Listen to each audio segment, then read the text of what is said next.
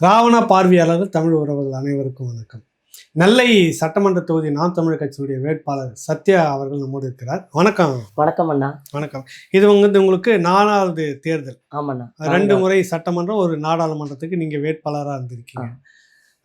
முதல்ல இந்த சத்யா எப்படி நீங்க கட்சிக்குள்ள வந்தீங்க தெரிஞ்சுக்கலாமா? உறுதியாண்ணா. அண்ணா, நான் ஒரு இளங்கலை வேதியியல் படித்த ஒரு படிச்சுட்டு வேலைக்கு கூட போகல, குடும்பத்தை பராமரிக்கிற ஒரு குடும்ப தலைவியாக தான் நான் இருந்தேன். 2015 காலகட்டங்கள்ல என்னோட தம்பி துபாயில இருக்கிறாரு.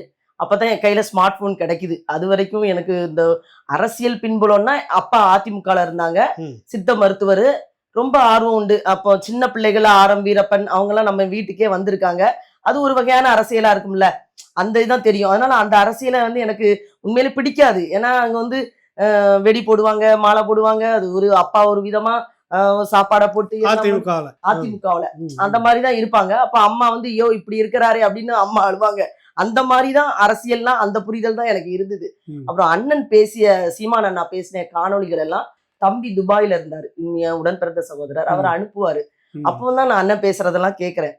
அப்படியே பார்த்துட்டே இருக்கேன். அப்பதான் யோசிக்கிறேன், நம்ம அண்ணன் இவ்வளவு தெளிவா இவ்வளவு அழகா பேசுறாங்க, இப்படி ஒரு அரசியலும் இங்க இருக்குதா அப்படின்லாம் யோசிச்சுட்டு இருக்கும்போது அப்படியே பார்க்கும்போது, ஏன்னா ஈழத்து போர்ல நம்ம 1.5 லட்சம் மக்கள் கொன்றொழிக்கப்பட்ட அந்த காலகட்டத்துல மனசுல ஒரு சின்னதா வலி. எனக்கு வேற எதுவும் தெரியாது. ஆனா அன்னைக்கு அந்த நாளிதழ்ல செய்தித்தாள்ல பாக்குறோம் இல்லையா, அதை பார்க்கும்போது நானும் அப்பாவும் பேசிக்கிறோம். அப்பா சொல்றாரு, நம்ம வீட்டுக்குள்ள உட்கார்ந்துட்டு அவன் எனக்கு அந்த வீட்டை வேணும்னு கேட்டா யாராவது விடுவோமா, அடிச்சு கொள்ளதானே செய்வான், அதைத்தான் அங்க பண்ணியிருக்கான்னு எங்க அப்பா பதிவு செய்யறாங்க. அவங்களுக்கு இப்ப கூட சொல்றான், அந்த புரிதல் இல்ல. அந்த இளம் அந்த நிலம் நம்ம தாய் நிலம், அது ஒன்னா இருந்ததும் கூட அவங்க புரியாம அந்த பதில சொல்றாங்க. அப்பவும் எனக்கு வேற புரிதல் இல்ல. ஆனா ஒண்ணு மட்டும் சொல்றேன், எங்க அப்பாட்ட நான் வாதாடுறேன். அப்பா, ராணுவம் தான்ப்பா சண்டை போட்டுருக்கணும், ஏன்ப்பா பொதுமக்களை கொல்றாங்க, பொதுமக்களை கொண்டு தப்பு தானப்பா அப்படின்னு நான் கேட்டோன்னா அப்பாவும் பதில் ஒண்ணு சொல்லல, அப்படியே அமைதியா போயிட்டாங்க. எந்த காலகட்டம் இது? என்னோட அந்த அந்த ஈழ 2016 காலகட்டங்களுக்கு அப்புறம் அந்த ஈழப்போர் நமக்கு 2009 நடக்குது. அதுக்கப்புறம் கொஞ்ச நாள் அப்புறம் எல்லாம் பேசும்போது வீட்டுல பேசுவோம் இல்லையா, அந்த தருணத்துல இது நடக்குது. இவ்வளவுதான் எனக்கு தெரியும். ஈழம்ங்கிற விஷயம் இவ்வளவுதான் எனக்கு தெரியும், அதைத்தான் பதிவு செய்யறேன். இந்த மாதிரிதான் நான் என்னோட மனநிலை இருந்தது. அதுக்கப்புறம் அண்ணனோட காணொலிகள், அண்ணன் பேசுறது ஒன்னையும் கேட்கும் போதுதான், ஐயோ நம்ம எங்கேயோ இருக்கிறோம், நம்ம ரொம்ப பின்னங்கி இருக்கோமோ. இப்போ அடிக்கடி வீட்டுல சொல்லுவாங்கல்ல, நம்ம குடும்ப தலைவியா வீட்டுக்குள்ள இருக்கும் ஒரு சின்ன வட்டத்துக்குள்ள இருக்கிற அப்படின்னு சொல்லுவாங்கல்ல, அதை நான் ஏற்றுக்கொள்ள மாட்டேன் வீட்டுல. அப்படிலாம் கிடையாது, அப்படிலாம் பேசியிருக்கேன். ஆனா இதெல்லாம் கேட்கும் போதுதான் நான் உணர்ந்துக்கிட்டேன், ஆமா நம்ம ரொம்ப குறுகிய ஒரு வட்டத்துல இருக்கிறோம்ல அப்படின்னு தெரிஞ்சுக்கிட்டேன். அதுக்கப்புறம் சீமான் அண்ணன் பேசுறத நானு 2016 வேட்பாளர் அறிமுக கூட்டம் பாளையங்கோட்டையில நடந்தது. அந்த இடத்துக்கு நான் வந்தேன், அண்ணன் பேசுறத கேட்கணும்னு சொல்லி. ஆனா கட்சி கூட்டத்துக்கு போக ஒரு பயம், நடுக்கம் இருக்கும்ல, அத மாதிரி முதல் அப்பதான் வர்றேன். என் சித்தி எல்லாரையும் உறவினர் எல்லாம் கூட்டிட்டு வரேன், துணைக்கு யாரையாவது கூட்டு போவோம், தனியாலாம் போக கூடாது கட்சி கூட்டத்துக்கு அப்படின்னு சொல்லி நான் போனேன். ஆனா அந்த கூட்டம், அந்த மேடை, அந்த இடம் என்ன அப்படியே தலைகீழ மாத்துச்சு. ஏன்னா எனக்கு என்னோட பாதுகாப்பு அங்க உறுதி செய்யப்பட்டுச்சு. மாலை போடல, காலில் விழல. உண்மையிலே எந்த அரசியல் தலைவர் நான் பார்த்திருக்கேன், நான் சொல்றேன்ல, எங்க வீட்டிலே அதெல்லாம் நடந்திருக்கு. ட்ரம்ஸ் வாசிக்கிறது, காலில் விழுறது, மாலை போடுறது, சால்வை போடுறது, வாழ்க ஒளிக, இதுதான் அரசியல் நினைச்சிட்டு இருந்தேன். அது அதுல இருந்து அப்படி முற்று முழுவதுமா அங்க இருந்தது. உடனே நான் என்ன திருச்சி மாநாட்டுல என்ன கட்சியில இணைச்சுக்கிட்டேன். அதுல இருந்து என்னோட பயணம். அப்புறம் 2016 ரொம்ப வீட்டுல எல்லாம் அடம்பிடிச்சு, எங்க ஊர்லயே 2016 கூட்டம்லாம் நடத்தின. தேர்தல்ல எங்க ஊர்ல கூட்டம் போட்டாங்க. நாங்க கிருஷ்ணாபுரம் அண்ணா, அது அந்த ஊரு. அதுல நாங்குநேரி தொகுதி வரும். அப்போ கார்வண்ணன் இருக்காங்க இல்லையா, அவங்கதான் வேட்பாளர். அவங்கள கூப்பிட்டுலாம் நான் கூட்டம்லாம் அப்பவே போட்டிருக்கேன். அதுல இருந்து அந்த கட்சினா என்ன அண்ணன்ட்ட அப்படியே பயணிக்க ஆரம்பிச்சிட்டேன். என்னோட வாழ்க்கையை அப்படியே மாத்தி. நீங்க தேர்தல் அனுபவம் பாத்தீங்கன்னா இது ஒரு 4வது அனுபவம் இருக்கு. கடந்த 3 தேர்தல் அனுபவம் எப்படி இருந்தது? அண்ணன் சொல்ற மாதிரி ஒன்னொன்னு எனக்கு பயிற்சி தானா. முதல் தேர்தல்ல நான் அண்ணன் 19ல நிக்கணும்னு சொல்லிட்டாங்க. என்னடா இது இப்படி சொல்றாங்க, நான் ரொம்ப தயங்கினேன். அப்போ ரொம்ப அழுகையெல்லாம் கூட வந்துச்சு. நம்மளால பயணிக்க முடியுமா அப்படின்னு ரொம்ப இதா இருந்தது. நம்மளை போய் ஒரு எம்பி வேட்பாளராக விடுறாங்களே அப்படின்லாம் ரொம்ப இது பண்ணேன். ஆனா நான் பயணப்பட்ட காலங்கள் இருக்கு பாத்தீங்களா, அந்த அந்த திருநெல்வேலி மாவட்டம் முழுக்கவும் 6 தொகுதியும் நான் பயணம் பண்றேன். தேர்தல் வாக்கு சரின்னு நின்னாச்சு, நம்ம போறோம், மக்கள்கிட்ட பரப்புரை செய்யறோம், மக்களோட நிலைமை இருக்கலாம்னா ம். நான் வந்து திருநெல்வேலியில மின்சாரம் இல்லாத ஒரு கிராமத்தை நான் பார்த்தேன். ம். அப்புறம் பயங்கரமா வலிச்சிச்சு எனக்கு. என்னடா இது, நம்ம நாடு சுதந்திரம் அடைஞ்சு இத்தனை ஆண்டுகள் ஆகுது, மின்சாரம் இல்லாத கிராமம் கிராமம் இருக்குது இருந்ததுன்னா நான் 19ல போகும்போது நான் பார்த்தேன். ம். அவங்ககிட்ட பேசும்போது ரொம்ப எனக்கு என்னால என்ன செய்ய முடியும், அவங்க நம்மகிட்ட வந்து கோரிக்கை வேற கொடுக்குறாங்க. அப்போ அப்படியே நமக்கு என்ன அந்த நேரம் வந்து ஒரு கையறு நிலை மாதிரி அப்படியே இருந்துச்சு எனக்கு. அதே போல நான் பரப்புரை பண்ணி மேலப்பாளைய பகுதி நான் நல்லா எனக்கு ஞாபகம் இருக்கு. ஒரு அம்மா 100 ரூபாய் தந்தா மட்டும் போதுமா, நீங்க வந்து உங்க கூட நான் தினம் வாரேன், ம். பரப்புரைக்கு வாரேன் அப்படின்னு சொல்லி பிரச்சாரம் பண்றதுக்கு வாரேன் இப்படிதான் கேட்டாங்க. ம். 100 ரூபாய் மட்டும் தாங்க போதும். ஒரு 100 ரூபாய்க்காக ஒரு அம்மா கையேந்தி இப்படி நான் உங்க கூட வாரேன், பரப்புரை பண்ண வாரேன்னு சொன்னது அன்னைக்கு இருந்த சத்யாவுக்கு கண்ணீர் தான் வந்துச்சு. ம். நான் அண்ணன் சொல்லிட்டாரு அப்படிங்கிறதுக்காக தான் அந்த தேர்தலை நான் போட்டிட்டேன், நின்னேன். ம். அண்ணனுக்கு ஒரு இதா இருக்கட்டும் நம்ம அப்படின்னு. ஏன்னா அரசியல் நான் கட்டுப்பட்டது தெரியல. அவ்வளவுதான். ஆமா. நான் எனக்கு அந்த இருந்தது. அந்த காலகட்டம். அந்த காலகட்டம். அதுக்கப்புறம் தான் முடிவெடுத்தேன், விடக்கூடாதுடா. இதுக்குதான் அண்ணன் சீமான் இந்த இடத்துல நின்னு இந்த வேலையை செய்துட்டு இருக்காரு, அப்ப நம்ம விட்டுறக்கூடாது. ம். அப்பதான் இந்த திராவிட கட்சிகள் நம்மளை எந்த நிலைமைக்கு ஆக்கி வச்சிருக்கிறாங்க, நம் மக்கள் இன்னும் எந்த துன்ப துயரங்கள்ல இருக்காங்க, இதை விட்டுறக்கூடாது. நம்ம உறுதியா நிக்கணும், அண்ணன் வெல்ற வரைக்கும் நிக்கணுங்கிற முடிவெடுத்து தீவிரமா அதுக்கப்புறம் தான் களமாட ஆரம்பிச்சேன். அந்த முதல் தேர்தல் பிரச்சாரத்துல நிறைய வித்தியாசமான மனிதர்களை பார்த்திருப்பீங்க, கட்சிகளை பார்த்திருப்பீங்க, தாண்டி கிராமம் வரைக்கும் போயிருப்பீங்க. முதலாக நீங்க உணர்ந்த வலி அப்படின்னு எதை பாக்குறீங்க? ஒரு அதிர்ச்சி, வலி, இப்படியா இதுவா அப்படின்றது இருந்திருக்கும். ஆமாண்ணா, அதான் நான் இப்ப பதிவு செஞ்சோம்ல, அந்த அம்மா சொன்ன வார்த்தை வந்து ஒரு 100 ரூபாய் அந்த அம்மாவுக்கு ஒரு நாளை தேவை, அந்த 100 ரூபாய் தானா அப்படிங்கிற கேள்வி ரொம்ப இருந்தது. அதே போல நான் போறோம், எல்லா இடத்துலயும் பாக்குறோம், அண்ணன் ஆக சிறந்த கருத்தியலை வச்சிருக்கிறாரு, கொட்டி தீக்குறாரு அண்ணன். ஆனா எங்க போனாலுமே நான் போய் பேசும்போது நாம் தமிழர் கட்சினாலும் தெரியல, சீமான்னு சொல்லுவேன். சீமான் கட்சி வச்சிருக்கிறாரா, சீமான் வந்து அது என்ன நம்ம படத்துல நடிச்சார்ல, அந்த படத்து பேரதான் சொல்லுவாங்க, தம்பி இல்லைன்னா அந்த மாயாண்டி குடும்பத்தார்ல நடிச்சார்ல, அவரு கட்சி வச்சிருக்காரா அப்படிதான் கேட்பாங்க. என்னடா இது, இன்னும் மக்கள் இன்னும் எதையுமே எந்த விழிப்புணர்வுமே இல்லாம இருக்கிறாங்களே, இப்படி ஒருத்தர் இவ்வளவு தூரம் நமக்காக பேசிட்டு இருக்காரு, நம்ம நம்ம நம்ம இழந்த நிலங்களை மீட்கணும், நம்ம உரிமைகள் எல்லாத்தையும், மொழி இழந்தாச்சு, மொழி நம் தாய்மொழி வழக்காடவும் முடியாது, நம் தாய்மொழியில வழிபாடவும் முடியாது, அந்த ஒரு சூழ்நிலையில நம்ம வாழ்ந்துட்டு இருக்கோம், இவங்க எதையுமே தெரியாம இருக்காங்களே அப்படிங்கிற வேதனை ரொம்பவே வந்துச்சு எனக்கு. அந்த தருணங்கள் தான் திரும்பவும் நான் இங்க பயணிக்கிறதுக்கு உத்வேகமாகவும் ஒரு தூண்டுகோலாகவும் இருந்துச்சுன்னா. கடந்த தேர்தல் இருக்குல்ல, ரொம்ப சவால்கள் நிறைய நீங்க சந்திச்சிருந்தீங்க, நான் பார்த்தோம்னா செய்தி பேப்பர்ல. எப்படி எதிர்கொண்டீங்க அந்த தேர்தல்? மக்கள் ஆதரவு எப்படி? தொடக்கத்துல நீங்க சொன்ன முதல் தேர்தலுக்கும் இப்போ 3வது முறையாக கடந்த தேர்தலில் நின்றதுக்குமான அந்த ஒரு பெரிய முன்னேற்றம் இருக்கும், வாக்கு சதவீதத்திலும் சரி, மக்கள் அணுகுமுறையிலும் சரி, எப்படி உணர்ந்தீங்க அதை? நான் சொன்ன மாதிரி 19 தேர்தலில் வந்து உண்மையிலே சொல்ல போனா நம்ம எந்த களத்துல நிக்கிறோம் அது எனக்கு தெளிவா தெரியுது, இந்த கொள்கை அப்படின்னு தெரியுது. ஆனா மாற்று கட்சியில இருக்கிறவங்களையோ, எனக்கு எதிராக நிக்கிறவங்களையோ நம்ம எப்படி எதிர்கொள்ளணுங்கிறது கூட அந்த தருணத்துல உண்மையிலே எனக்கு தெரியாத ஒரு சூழல்ல தான் நான் இருந்தேன். ஆனா அந்த அனுபவங்கள் இருக்குல்ல, அடுத்து 3வது தேர்தலில் நான் சந்திக்கும் போது உண்மையிலேயே அந்த திருநெல்வேலி மாவட்டத்துல இப்பவும் சொல்லுங்கண்ணா, எந்த தொகுதியில எந்த பிரச்சனை இருக்கு, அதுக்கு யாரு தீர்வு கொடுக்க முடியும், அது என்ன செய்ய முடியும் அப்படிங்கறத என்னால தெளிவா சொல்ல முடியும். கடந்த முறை அங்க இருந்தவரு வேட்பாளரு நயினார் நாகேந்திரன், பாரதிய ஜனதா கட்சி சட்டமன்ற உறுப்பினர் அங்க இருந்தார். ஆமா, திருநெல்வேலி சட்டமன்ற தொகுதியில நான் ஒட்டுமொத்த திருநெல்வேலி மாவட்டத்தையுமே சொல்றேன். அங்க 5 சட்டமன்ற தொகுதி இருக்கலாம்னா நான் எம்பி வேட்பாளராக இருந்திருக்கேன். 5 தொகுதியிலுமே 6 தொகுதியிலுமே என்னென்ன பிரச்சனை, என் மக்களுக்கு என்ன தேவை அப்படிங்கிறத உறுதியா என்னால சொல்ல முடியும், இன்னைக்கு சொல்ல முடியும். ஏன்னா இன்னும் அதே நிலைமையில தான் இருக்கு.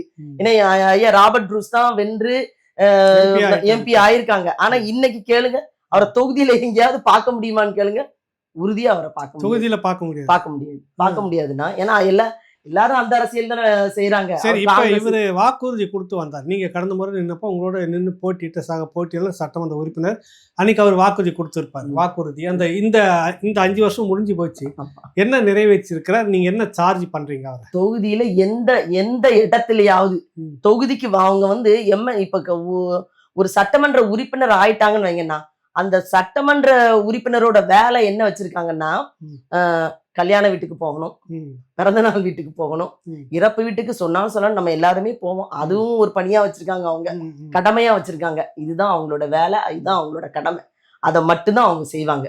அதை தாண்டி இன்னொன்னு முக்கியமா ஒண்ணு பண்ணிடுவாங்க, பேருந்து நிறுத்தம் கட்டுவாங்க. பேருந்து நிறுத்தத்தை கட்டி கட்டி வச்சிருவாங்க. நான் அதான் யோசிப்பேன் எப்பவுமே, சட்டமன்ற உறுப்பினரான பிறகு அந்த தொகுதி மேம்பாட்டு நிதின்னு ஒண்ணு இருக்குல்ல, அதை வச்சு ஒரு பேருந்து நிறுத்தம் மட்டும்தான் கட்ட முடியுமா? அதை தாண்டி அந்த மக்களுக்கு என்ன தேவை இருக்கு? நம்ம தொகுதி ஊர் மக்கள் இருக்காங்க. அந்த மக்களோட வாழ்க்கைக்கு நம்ம என்ன செஞ்சிருக்கோம்? அவங்க வாழ்வாதாரத்துக்கு என்ன செய்திருக்காங்க அந்த சட்டமன்ற உறுப்பினர்னு ஒரு கேள்வி இருக்குல்ல. சுத்தமா எதுவும் கிடையாதுண்ணா. நில். அங்க வேலை வாய்ப்பு கிடையாது என் மக்களுக்கு. விவசாயம் அங்க 42 ஊராட்சி இருக்கு. திருநெல்வேலி சட்டமன்ற தொகுதின்னு எடுத்துக்கிட்டீங்கன்னா 42 ஊராட்சி இருக்கு. கிராமம் முழுவதும் விவசாய பூமி. தாமிரபரணி ஆறு செழிச்சு ஓடுது. ஆனா அங்க தண்ணி வெங்கடாச்சலபுரம்னு ஒரு கிராமம் இருக்கு. ஒரு குடம் தண்ணி 12 ரூபாய் கொடுத்துதான் அங்க வாங்கி குடிக்க முடியும். ஆனா தாமிரபரணி ஆற்று நீர் கொக்கோ கோலாவுக்கும் பெப்சிக்கும் 10 பைசா ஒரு லிட்டர் தண்ணி, 10 பைசாக்கு 10 லட்சம் லிட்டர் தண்ணி ஒரு நாளைக்கு உறிஞ்சுக்கலாம்னு சொல்லி நம்ம அம்மா ஜெயலலிதா அம்மா தான் அதை கொடுத்துட்டு போனாங்க. இன்னை வரைக்கும் அது நடந்து போய்கிட்டு தான் இருக்கு. ஆனா என் மக்களுக்கு குடிக்க தண்ணி இல்லை. இதுதான் அங்க நிலைமை. என் ஐயா நயனா நாகேந்திரன் இருக்காங்க இல்லையா, அப்ப வெங்கடாச்சலபுரம் கிராமம் தெரியும் இல்லையா ஐயாவுக்கு. அப்ப அந்த மக்களுக்கு தண்ணிக்கு ஏதாவது செய்திருக்கலாம்ல. 12 ரூபாய் கொடுத்துதானே வாங்க. இன்னும் அப்படிதான் இருக்கு. இந்த குடிநீர் வசதி வாய்ப்பை செய்து தரல. இல்ல குடிநீர் வசதி இப்பவும் குடிநீர் வசதி கிடையாது உங்களுக்கு. அதோட தெற்கு செலியநல்லூர்னு ஒரு கிராமம் இருக்குண்ணா. அங்க வீடு வீடுக்கு இந்த இணைப்பு, இந்த ஜல்ஜீவன் திட்டம், இப்ப நம்ம மோடி ஐயா திட்டம்னு சொல்லுவாங்க இல்லையா, அந்த திட்டத்துல வீடு வீடுக்கு குழாய் இருக்கும். ஆனா தண்ணி வராது. தண்ணி திட்டத்தை நிறைவேற்றிட்டோம்னு குழாயை போட்டு முடிச்சிருவாங்க. மக்கள்கிட்ட வரி தண்ணி வரியும் கேக்குறாங்க. அந்த மக்கள் நான் போய் நின்னவுடனே சொல்றாங்க, வராத பைப்புக்கு நான் எப்படி தாய் தண்ணி வராத வெறும் பைப்பு தான் இருக்கு, தண்ணி வரல, இதுக்கு நான் ஏன் வரி கொடுக்கணும்னு கேக்குறாங்க. அவன் கேக்குறது எவ்வளவு பெரிய சாமானிய மக்கள். தண்ணி வரல, ஆனா தண்ணி வரி கேக்குறாங்க. தண்ணிக்கு வரி மாதம் மாதம் கொடுங்கங்கிறாங்க. தண்ணி மாசத்துல ஒரு நாள் வரும். நான் கண் கூட பாத்திருக்கேன். கலங்களா அப்படியே வரும். நான் அதுக்குதான் அந்த ஊர்ல வேற தண்ணி ஏதாவது ஏதாவது இருக்கணும்ல, மாற்றும் கிடையாது. கேனா புடிச்சு வச்சிருப்பாங்க. இது ஒரு மாசத்துக்கு எப்படியமா பயன்படுது. எங்க தளபதி அப்படிதான் நாங்க அந்த ஒரு மாதம் அந்த கலங்கள் தண்ணியை குடிக்க முடியுமாண்ணா? ஒரு மாத அளவுக்கு புடிச்சு வச்சிருப்பாங்க. வேட்பாளர் அவரு நயனா நாகேந்திரன் தலைவராக வேற இருக்கிறாரு. தெரியுமா தெரியாதா? அதுதான் நானும் கேக்குறேன். என்னோட கேள்வியும் அதான் இருக்கு. அப்ப இவங்களோட வேலை இந்த கல்யாண வீடுக்கு போறதும் இதுதான் அவங்களோட சட்டமன்ற உறுப்பினரோட வேலையா? அதைத்தான் நான் கேட்கிறேன். என் மக்களுக்கு அந்த பிரச்சனையை தீர்த்திருக்கணும்ல. தண்ணி பிரச்சனை இருக்கு. மானூர் பெரிய குளம் இருக்கு. மானூர் பெரிய குளம்ங்கிறது திருநெல்வேலி மாவட்டத்துல 2வது பெரிய குளம். விஜயநாராயணத்துல ஒரு குளம், முதல் குளம் பெருசு இருக்கும். அதே அளவு இது ஒரு ஏரி அளவுக்கு பெரிய குளம் தான். சுற்று வட்டார நான் சொன்ன 42 ஊராட்சி கிராம மக்களுக்குமே பாசன வசதிக்கு சிற்றாறுல இருந்து தண்ணி வரும்னா, அந்த தண்ணி எப்படி இருக்குன்னு பாத்தீங்கன்னா, அதுக்கு காவா போட்டிருக்காங்க ஆற்றுல இருந்து வர்றதுக்கு. அது மதிகட்டான் கால்வாய்னு இருக்கு. அந்த கால்வாயோட நிலைமை என்னன்னா, பேரே மதிகட்டான் இருக்கு பாத்தீங்களா, ஆறு கீழே இருக்கு, காவாய் மேல இருக்கு. இது எந்த இன்ஜினியர் பட்டாலும் தெரியல, அந்த மாதிரி இருக்கு. சரி, அதை விட்டுருவோம். நம்ம அதுக்காக நம்ம எதுவும் பண்ண முடியும். இந்த ஆற்றுல இருந்து ஒரு குழாயை போட்டு அந்த காவாய்க்கே கொண்டு வந்து அந்த தண்ணியை அந்த குளத்துக்கு கொண்டு வர சொல்லி இருக்கலாம். அதே போல அந்த ஆக்கிரமிப்புகள் எல்லாம் அகற்றி அந்த குளத்தை தூர்வாரி சிறப்பா அதை ஏன்னா நம்மளால உருவாக்க முடியாது. நம் முன்னவர்கள் அதை உருவாக்கி இருக்காங்க. இன்னைக்கு ஒரு குளம் இந்த கடந்த 50-60 வருஷமா அதிமுகவும் சரி திமுகவும் சரி மாறி மாறி நம்மள ஆண்டிருக்காங்க. ஒரு குளம் வெட்டியதா எங்கேயாவது வரலாறு இருக்கான்னா? வரலாறு கிடையாது. ஏன்னா இவங்க செய்ய மாட்டாங்க. அதுல அந்த குளத்தை இது வரைக்கும் தூர்வாரி இருக்கிறாங்களா? வேட்பாளர் கிடையாது. வேட்பாளர் சட்டமன்ற உறுப்பினர் கவனத்துல எடுத்தது கிடையாது. நான் போயிருக்கேன்னா ஒரு தடவை நம்ம நாம் தமிழர் கட்சி பிள்ளைங்க மட்டைப்பந்து அதாவது கிரிக்கெட் போட்டி நடத்துறாங்க. அப்போ அக்கா வாங்கக்கா நம்ம பரிசு கொடுக்கணும், நீங்க வாங்கன்னு சரின்னு சொல்லி நானும் போனேன். எங்கடா கூட்டு போறீங்கன்னா, எட்டாங்குளம்னு ஒரு கிராமம் இருக்கு. அந்த சொன்ன மானூர் குளத்துக்குள்ள கூட்டு போறாங்க. கிரவுண்டா போட்டு பசங்க விளையாடிட்டு இருக்காங்க. தண்ணி இல்ல அதுல விளையாடிட்டு இருக்காங்க பிள்ளைங்க. தண்ணிக்கான நீர் வரத்துன்னு ஒண்ணு இருக்குல்ல. அதான் சிற்றாறுல இருந்து அந்த வழித்தடத்தை சரி செய்தோம்னா உறுதியா அதுக்கு 2 போகம் விளையும். அது நான் சொன்னேன்ல, விவசாய பூமி. அது உண்மையிலே விவசாயம் செழிக்கும்.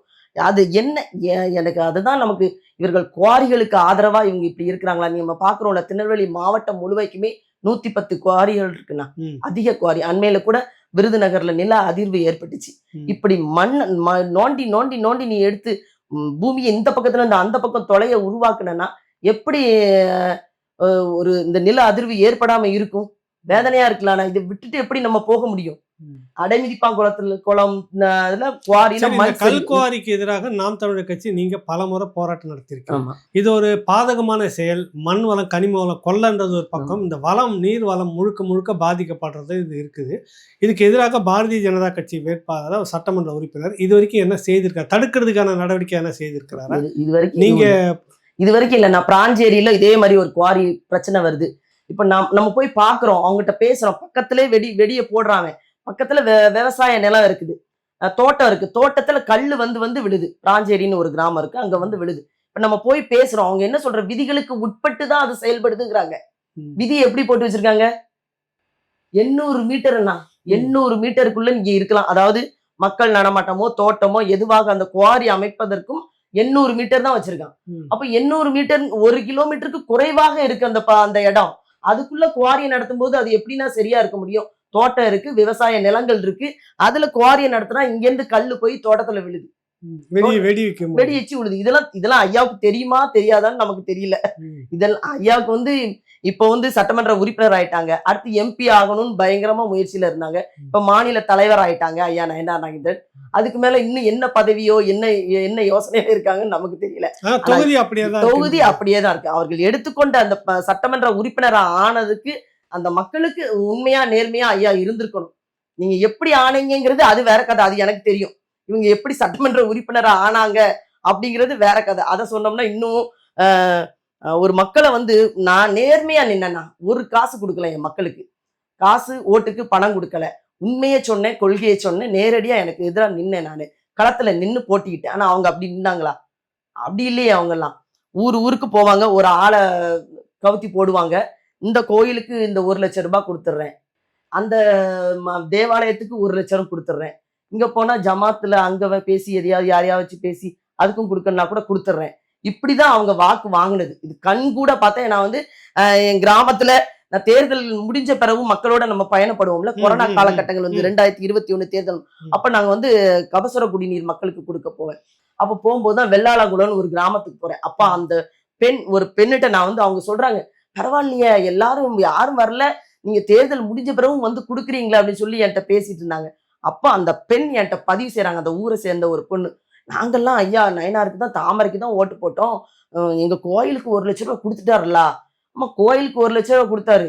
உங்க ஊருக்கு தேவையான மருத்துவ வசதி, மருத்துவமனை வந்திருக்கா? உங்க பிள்ளை படிக்கிறதுக்கு பள்ளிக்கூடம் வந்திருக்கா? இந்த சாலை, இந்த ரோடு எப்படி இருக்கு பாருங்க, உங்களுக்கு தரமா வந்திருக்கா? அதுக்கப்புறம் அவங்க எப்படி யோசிக்கிறாங்க, இப்படி எல்லாம் ஒண்ணு இருக்கா? அவங்களுக்கு மக்களுக்கு காசு, அதைத்தான் நான் சொல்றேன், மக்களுக்கு காசு கொடுப்பாங்க, பிரச்சனை இல்ல.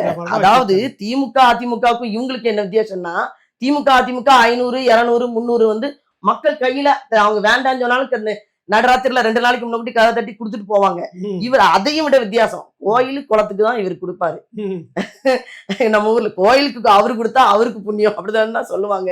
அப்ப இதுல மக்களுக்கு என்ன கிடைச்சது? என் மக்கள் அதை கூட அறியாம சிந்திக்காம நம்ம கோயிலுக்கு அவர் செஞ்சுட்டாரு போதும் அப்படிதான் நினைக்கிறாங்க. அவங்களுக்கு அரசியலுக்கும் மதத்துக்கும் எந்த சம்பந்தமும் இல்லைங்கிறத என் மக்கள் புரிஞ்சுக்கல. ஆனா இங்க ஒரு கூட்டம் என் மக்கள் எல்லாரையும் படிக்க வச்சுட்டேன், என் மக்கள் எல்லாரையும் அதாவது ஏதோ ஒரு நிலைமைக்கு நான் கொண்டு வந்துட்டேன்னு இங்க ஒரு கூட்டம் வேற பேச. நெல்லைக்குள்ளார எஜுகேஷன் கல்விக்கு உண்டான எல்லா வசதி வாய்ப்புகளும் அரசு தரப்புல இருக்குதா? வேலை வாய்ப்புக்கு உண்டான அரசியல் அந்த வாய்ப்பு என்ன இருக்குதா? செய்திருக்காங்களா? அதாவது பெண்கள் படிக்கிற 12ஆம் வகுப்பு வரை படிக்கக்கூடிய பெண் பிள்ளைகள் படிக்கக்கூடிய அரசு பள்ளிக்கூடம் கல்லணையில மட்டும் ஒரே ஒரு பள்ளிக்கூடம், இந்த திருநெல்வேலி சட்டமன்ற தொகுதி முழுவதும். இந்த தொகுதி மிக வித்தியாசமான தொகுதி. ஒரே ஒரு இடத்துல தான், ஒரே ஒரு இடத்துல 386 வாக்ககங்கள் இருக்கு. அப்ப இந்த தொகுதி எத்தனை பெரிய தொகுதின்னு நீங்க சிந்திச்சு பாருங்க. 386 வாக்ககம் இப்போ கடைசியா முடிவு பக்கத்துல. அப்ப இந்த தொகுதி எவ்வளவு பெரிய தொகுதி? ஒரே ஒரு பள்ளிக்கூடம், அரசு பெண்கள் படிக்கக்கூடிய ஒரு பள்ளிக்கூடம் தான் இருக்காங்க. ஏன் அதே நெல்லை நகரத்துல இருக்கு, அதே இதை கிராமப்புறத்துல ஒரு பள்ளிக்கூடத்தை தொடங்கி வச்சிருக்கலாமே ஐயா நயனார் நாகேந்திரன் அவர்கள். இவங்களும் சரி, இதற்கு முன்பாக திமுக தான் இருந்துச்சு. அதுக்கு முன்னால அவங்க 5 வருஷ காலங்கள் இருந்தாங்களா, அவங்க ஏதாவது செஞ்சாங்கன்னா அதை விட மோசம், அவங்க மோசம். சரி, இப்ப திமுக ஆட்சி தானே நடக்குது, திமுக தானே ஆட்சி நடத்திட்டு இருக்கு. அப்போ அந்த மேயர் திமுக சார்ந்தவர் தான் மேயர் இருக்காரு. அப்ப அவராவது அதுல எதையாவது நம்ம மக்களுக்கு நகர பகுதியிலேயோ நகரப்பகுதியில ஏதாவது வளர்ச்சிக்கோ ஏதாவது அவங்க செய்திருக்கணும்ல. சாலையே கிடையாது. மேயரும் அவங்க அவங்க ஆளுங்கட்சி மாநில ஆளுங்கட்சி, அதிகாரம் இருக்கு, சட்டமன்ற உறுப்பினர் மத்திய ஆளுங்கட்சியில இருக்கிற மாநிலத்துல இருக்காது, அதிகாரம் இருக்கு, ஆனாலும் ஒண்ணும் நடக்கல. ஒண்ணும் நடக்கல. இதுல வேலை வாய்ப்பு நீங்க குறிப்பிட்டு கேட்டீங்களா? வேலை வாய்ப்பு வந்து இங்க ரொம்ப மோசம் தான். இங்க இருந்து இடம்பெயர்ந்து எல்லாருமே ஏன் அங்க வர்றாங்கன்னா, சிற்றூர் இப்ப நம்ம சொல்றோம் சிற்றூர்ல பொருளாதாரத்தை மேம்படுத்தணும், தற்சார்பு பொருளாதார கொள்கையை மேம்படுத்தணும்னு சொல்றோம். ஆனா அதுக்கு எந்த திட்டமும் அங்க கிடையாது. இந்த பேட்டை பகுதியில ஒரு நூற்பாலை இருந்தது. அந்த நூற்பாலை மூடப்பட்டு பல வருஷம் ஆகுது. அந்த நூற்பாலையை திறப்போம்னு ஒவ்வொரு வருடமும் எல்லாரும் வாக்குறுதி கொடுக்குறாங்க. ஆனா அந்த நூற்பாலை ஏன், அதுல என்ன பிரச்சனை இருக்கு, ஏன் தீர்க்க முடியல? அதை திறந்து கொடுத்தா மக்களுக்கு வேலை வாய்ப்பு கிடைக்கும். அதை இதுவரைக்கும் ஐயாவும் எடுக்கல, இதுக்கு முன்பு இந்த திமுக எம்எல்ஏவும் எடுக்கல. அதை செய்யறதுல என்ன அவங்களுக்கு பிரச்சனை நீங்க அது அவங்களுக்கு மக்களுக்கு செய்யணும்னு முதல்ல நோக்கம் இருக்கணும்ல. அவங்க தேர்தல் வாக்குறுதி, அதைத்தான் நான் சொல்றேன். தேர்தல்ல ஒரு வாக்குறுதியை கொடுக்கணும் தேர்தல் காலகட்டங்கள்ல. அப்புறம் திருப்பியும் அதே மறுபடியும் அதே நகல் எடுத்து அப்படியே மக்கள்கிட்ட கொடுக்கணும். அவங்க தான் மக்களை முடிவு பண்ணிட்டாங்களா, 200 300 அவ்வளவுதான் வாக்குக்கு அப்படின்ற நிலைமைக்கு அவங்க வந்துட்டாங்க. இந்த வேலை வாய்ப்புல முக்கியமா சிப்காட் நிறுவனங்கள் அங்க இருக்குது. அங்க வந்து முக்கியமா நான் சொன்னேன்ல, கொக்கோ கோலா, பெப்சி இருக்குது, டயர் கம்பெனிகள் நிறைய இருக்கு. இப்போ இந்த நிலம் வந்து என் மக்களோட நிலம். நான் கடந்த முறை 21 தேர்தலுக்கு அப்புறம் கூட அந்த மக்களோட மேய்ச்சல் நிலம் சிப்காட்டுக்காக எடுக்கப்படுது. மேய்ச்சல் நிலத்தை எடுக்கிறாங்க.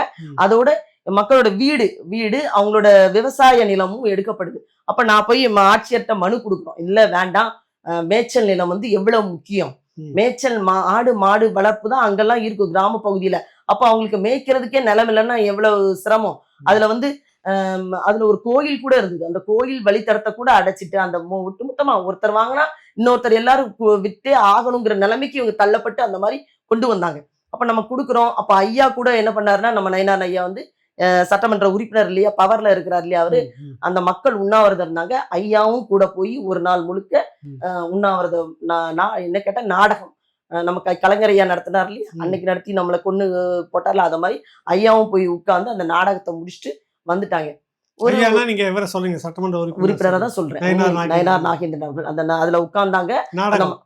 நாம அதை நிறைவேற்றி கொடுத்திருந்தா ஐயா சிறப்புன்னு நான் சொல்ல வாய்ப்பு இருக்கு. இல்லையே, அந்த சிப்காட்டை திரும்பவும் இந்த திராவிட மாடல் அரசு, இப்ப நம்ம ஐயா முதல்வர் இருக்கார் இல்லையா, மு.க. ஸ்டாலின் அவர்கள் வந்து அந்த சிப்காட்டுக்கு அந்த நிலத்தை நாங்க எடுத்துட்டோம்னு சொல்லி அந்த நிறுவனத்தை நிறுவுறேன்னு சொல்லி அவங்க திறப்பு விழா கொண்டாடுறாங்க. அந்த திறப்பு விழாவுக்கு நம்ம ஐயா நயினார் நாகேந்திரன் போய் உட்கார்ந்துருக்காரு. அப்போ அந்த காட்சி எனக்கு இப்போ நான் சிரிச்ச உண்மையிலே. அந்த இதுல வரும்போது நம்ம முதல்வர் வந்து, நீங்க இந்த சட்டமன்ற தொகுதியோட உறுப்பினர், வாங்க முன்னால வாங்க, வந்து பக்கத்துல வந்து ஐயாவும் போய் பக்கத்துல போய் உட்கார்றாங்க. இது எப்படி ஐயா ஏற்றுக்கொள்ள முடியும்? நீங்க ஒரு நொடி நமக்கு அப்படி வலிக்குது இல்ல. என் மக்கள், நான் போய் என்னால அவங்களோட போராட முடிஞ்சுது, அவங்களுக்காக மனு கொடுக்க முடிஞ்சது, அதை நான் செய்தேன். அதை செய்தேங்கிற மன நிம்மதி எனக்கு உண்மையிலே இன்னைக்கு வரைக்கும் இருக்கு. ஏன்னா அவங்களுக்கு வென்று கொடுக்க முடியல. அவங்க பாட்டு எந்த மேய்ச்சல் நிலம் போச்சு, எல்லாம் போச்சு, அவங்க பாட்டு திறந்து வச்சுட்டு அவங்க பாட்டு போயிட்டான். ஆனா ஐயா அந்த இடத்துல கேட்டிருக்கணுமா வேண்டாமா? கேட்டிருக்கணும். போய் உட்கார்ந்தாருல உண்ணாவிரதத்துக்கு, அந்த மக்களோட போய் உட்கார்ந்தாங்கல்ல. இந்த பக்கம் முதலமைச்சர் கூட வந்து திறப்பு, அதான் இது என்ன உறவுனே தெரியலன்னு தான் நம்ம அப்ப அப்படிதான் பேச வேண்டியது ஆயிருது. இவங்க நாங்க ரெண்டு பேரும் எதிரி சொல்லிக்கிறாங்க. திறப்பு விழாக்க பாஜக திமுக நாங்க எதிரின்னு பேசிக்கிறாங்க. ஆனா அவங்க பாருங்க எவ்வளவு ஒற்றுமையா போய், அவர் போய் அங்க உட்காராரு, இவரு போய் முன்னால உட்காருங்க, நீங்க சட்டமன்ற உறுப்பினர் இருக்கிறாரு, இவங்க உட்கார்ந்துக்கிறாங்க. ஒரு வார்த்தை சொல்லியிருக்கலாமே, என் மக்கள் அதுல மேய்ச்சல் நிலம் இருக்கு, என் மக்கள் வீடு இருக்கு, அதுல வயல் இருக்கு, அதை வந்து நம்ம வந்து வேண்டாம், அதை விட்டு வேற இடங்க நீ எடுங்க, ஏதாவது சொல்லியிருக்கலாமே. அதெல்லாம் எதுவுமே சொல்லல, கண்டுக்கல, அப்படியே முடிஞ்சு போச்சு. இப்ப இந்த தேர்தல்ல நீங்க என்ன அந்த மக்களுக்கு சொல்றீங்க? ஏற்கனவே நிறைய வாக்குறுதி நீங்க நாங்க வந்தாத செய்வேன்னு சொல்லியிருப்பீங்க, அது கடந்துகிட்டே இருக்குது. இப்ப நீங்க என்ன சொல்ல வரீங்க? முத வேலையா, இப்போ அண்ணன் சொன்ன மாதிரி, அண்ணன் சீமானாகிய நான் அண்ணனும் வரணும், அதே போல சத்யாவாகிய நானும் வரணும். நானு வந்தா முத வேலையா அந்த தொகுதி முழுவதும் இருக்கிற மதுக்கடைகளை மூடணும். ஏன்னா கிராமத்து பெண்கள் நாள்தோறும் ரொம்ப வேதனையில கண்ணீர் வடிக்கிறாங்க. ஏன்னா நான் சந்திக்கிற எல்லா பெண்களுமே முத வார்த்தை, சாராய கடை மூடுனா உனக்கு தாமா ஓட்டுன்றாங்க. ஏன்னா இன்னைக்கு வந்து எங்க திருநெல்வேலி மாவட்டம் முழுக்கமே சொல்றேன், பள்ளிக்கூடம் போற பிள்ளைகளாக இருக்கட்டும், கல்லூரி படிக்கிற பிள்ளைகள், 22 வயது பிள்ளைகள், அந்த இளம் பிள்ளைகள் இந்த மது போதைக்கு அடிமையாகி ரொம்ப ஒரு அம்மாலாம், நான் உக்கரங்குட்டைங்கிற பகுதிக்கு நான் பரப்புரை நாள்தோறும் போறதுனால சொல்றேன், கட்டி பிடிச்சி கதறி அழுதாங்க என்கிட்ட. நான் அந்த தெருவுக்கு போகும்போது, இந்த தெருவு நீ வரமாட்டியான்னு பார்த்துட்டே இந்த மாதிரி நான் பேசுறதை கவனிச்சிருந்திருப்பாங்க போல. அப்போ என்னை கண்டு ரொம்ப அழுதாங்க. சாராய என் பையன் 22 வயது பையன் வீட்டுக்கு வந்து 5 நாள் ஆகுது. வீட்டுக்கு அவங்க என் நேர்ல பதிவு செஞ்ச காணொளி அப்படியே இருக்கு என்கிட்ட. 5 நாள் ஆகுது என் பிள்ளை. இந்த இது அவங்களாம் நல்லாவே இருக்க மாட்டான். அவங்க சொன்னாங்க நல்லாவே இருக்கு. அம்மா அப்ப இந்த அரசாங்கம் 1000 ரூபாய் தருது. இப்ப ஐயா எடப்பாடி வேற உங்களுக்கு 2000 தரப்போறன்றாரு. 1000 யார் கேட்டா, 2000 யார் கேட்டா? வேண்டவே வேண்டாம். இந்த சாராய கடையை மட்டும் மூடுங்க போதும். நாங்க நிம்மதியா கஞ்சி குடிப்போம்ன்றது அவங்களோட மிக முக்கியமான கோரிக்கையா இருக்கு. அதை முதல்ல ஒழிப்போம் அண்ணா. அதுக்கப்புறம் என் பிள்ளைகளுக்கு வேலை வாய்ப்பை நான் உறுதி செய்வேன். மானூர் பெரிய குளம் பிரச்சனை ஒரு பெரிய பிரச்சனையே கிடையாது. என்னை பொறுத்த வரைக்கும் அது நிலாவலையா இருக்கு. மானூர் பெரிய குளம் நம்ம ஊர்ல தானே இருக்கு. இவங்க என்னமோ அது பெரிய இன்னமோ அதெல்லாம் செய்ய முடியாது. அது ரொம்ப என்ன இது அந்த வழித்தடத்தை சரி பண்ண நீர் இருந்துகிட்டு இருந்த வழிதானே அது. அதை சரி பண்ணி நீ உறுதியா அதுல எப்பவும் நீர் தண்ணி வர்ற மாதிரி நான் ஏன்னா நம்மகிட்ட அண்ணன் வந்து தெளிவாவே சொல்லியிருக்காரு. 2016 ஆட்சி வரைவிலே கொடுத்திருக்காரு. நீர்நிலைகளை முதல்ல பாதுகாப்போம், பாதுகாத்து சுத்தி மரங்களை நட்டு சிறப்புற செய்வோம். அந்த வேலையை நம்ம முதல்ல செய்வோம். மானூர் பெரிய குளம் வந்து தண்ணி இல்லாம இருக்குங்கிற நிலையை மாற்றி காட்டுவோம் நம்ம உறுதியா. அப்போ செழிக்கும். அந்த உறுதியை சாத்தியப்படுத்த முடியும்னா நம்ம உண்மையா நேர்மையா இருக்க போறோம். இவங்களை போல காசை வாங்கி ஓட்ட வாங்கிட்டு தொழிலா செஞ்சுட்டு நம்ம முக்காடு போட்டுட்டு உட்காந்து அதுக்காக நம்ம வந்திருக்கோம். அப்படி இல்லை. உண்மையா நேர்மையா மக்களுக்கு என்ன தேவையோ அதை நம்ம செய்து கொடுப்போம். அதனால எளிதா அதை சாத்தியப்படுத்தணும். அது சாத்தியம் இல்லாத ஒண்ணு கிடையாது. அதே மாதிரி நகரப்புறத்துல இருக்கிற என் மக்களுக்கு ராமையன்பட்டியில பாத்தீங்கன்னா குப்பை அப்படி குப்பைக்காக இவங்க செலவழிக்கிற என்ன தெரியுமா? அதிகபட்ச செலவு ஒரே ஒரு தீக்குச்சி கொளுத்தி போடுற, அவ்வளவுதான், முடிஞ்சு போச்சு. அதையா எரிஞ்சு மக்களுக்கு எரிஞ்சு அந்த பகுதி மக்கள், நானே அந்த சாலையை கடந்து போயிருக்கேன். எனக்கு வாகனத்துல போறேன், இருட்டு, ஒண்ணுமே தெரியல. அதுல ஒரு 2 காவலரை நிப்பாட்டி டைவர்ட் பண்ணி மட்டும் விடுறாங்க. அந்த பக்கமா போங்க, இன்னைக்கு இந்த பக்கமா போவோம், அப்படி பாராதீங்கன்னு மட்டும் பண்றாங்க. அந்த அளவுக்கு அந்த சுற்றுச்சூழல் முழுவதும் மாசடைஞ்சு அந்த மக்கள் நாள்தோறும் கொறிக்க வச்சு அழுறாங்க. அவங்க வந்து தெருவுல நின்று போராடி எல்லாம் பார்த்தாங்க. அந்த இடத்துல போராட்டம் பண்றாங்க. ஆனா இவங்க என்ன பண்றாங்க?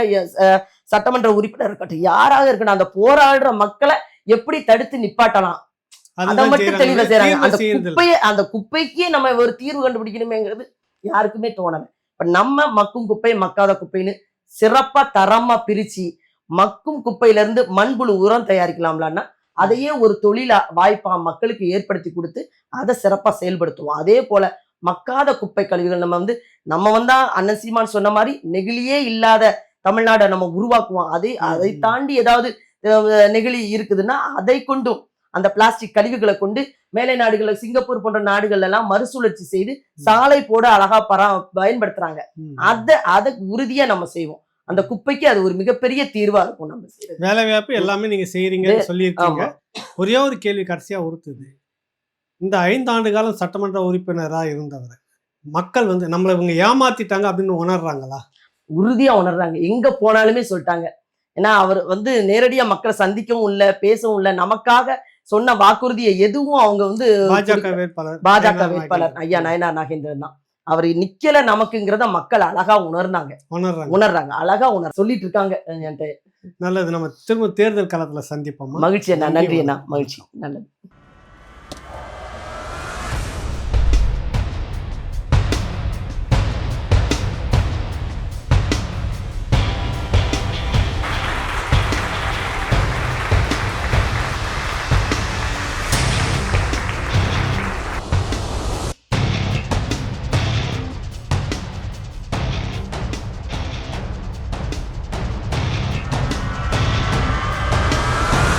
இரண்டு பேரும் சிங்கம் புலியாக இருந்த அவர்களோடு அரசியல் செய்து களத்தில் இருந்த சீமான் அவர்கள் இன்று நடிகர்களுக்கெல்லாம் குரல் கொடுக்கலாமா, எதிர்வாதம் செய்யலாமா ஒரு கேள்வி.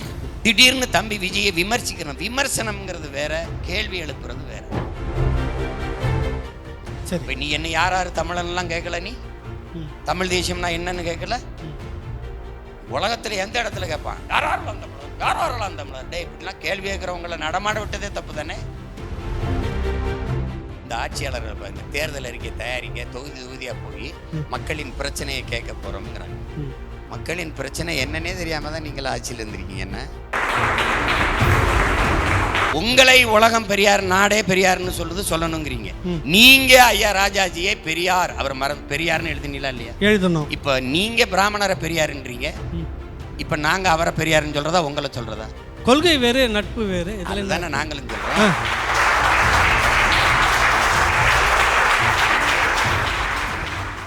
அப்போ நான் என்ன சொல்கிறேன், பிரச்சனையே நீங்கள் தான்டா, நீங்கள் போங்கடா, எங்களுக்கு ஒரு பிரச்சனையும் இல்லாமல் போயிடும். இதுதான் பிரச்சனை இங்கே.